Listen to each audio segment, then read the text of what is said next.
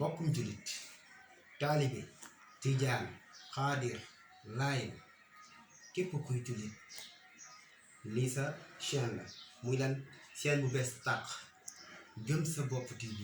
di chaîne boo xam ne mi nga waajal lu am solo ci màggalu Touba 2020 waajal mbégteem safar gi muy mbégte moo xam ne mbégteem képp kuy julit la moo xam tijaan xaadir laayeen kenn desul muy bis bu màgg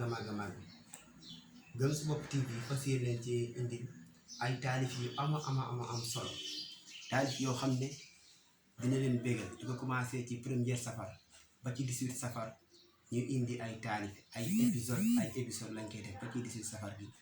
kon képp koo xam ne jullit nga képp koo xam ne murit nga képp kuy safoo Serigne Touba képp koo xam ne ndamal Serigne Touba li saf na la ñu ngi lay ñaan nga abonné ci suñu chaîne YouTube bi di Gëm Sa Bopp TV te boo paree nga bës ci cloche bi ngir mën a am notification bépp chaîne bépp vidéo buñ mën a dugal nga mën koo am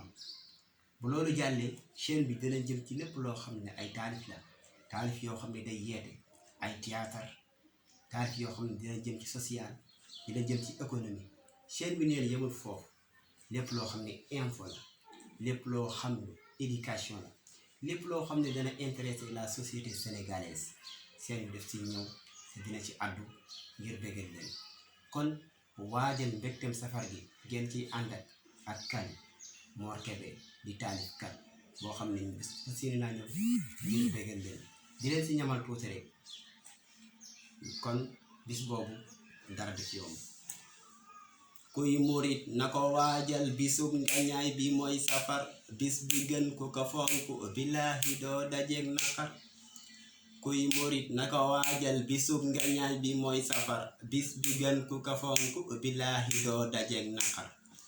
Cheikhuna Cheikh Bambaay borom jumaay Masaliku bépp may bu mu am tey da koo liggéey ci biir safar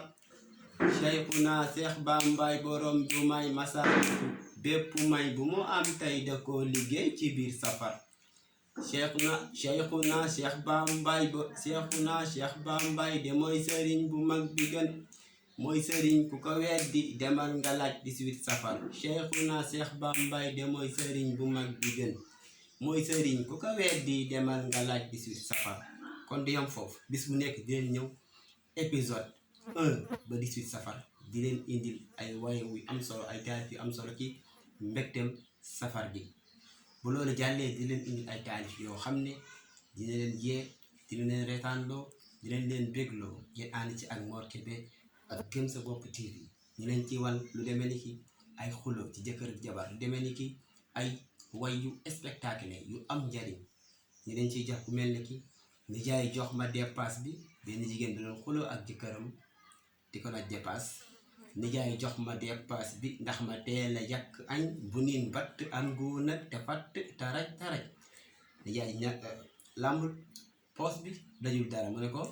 je suis désolé ma femme dama mujj sax télé muñal rekk 200 la nga dolli ci takkale ci la jabar ji mel na ko dangaa bon dangaa sew yow dangaa fàtte démb sax ba may bàyyi say mbokk di topp ci yow di dox du yam foofu kon boobu dina leen ko indil yeneen ak yeneen yoo xam ne dina am solo yoo xam ne dina leen bégloo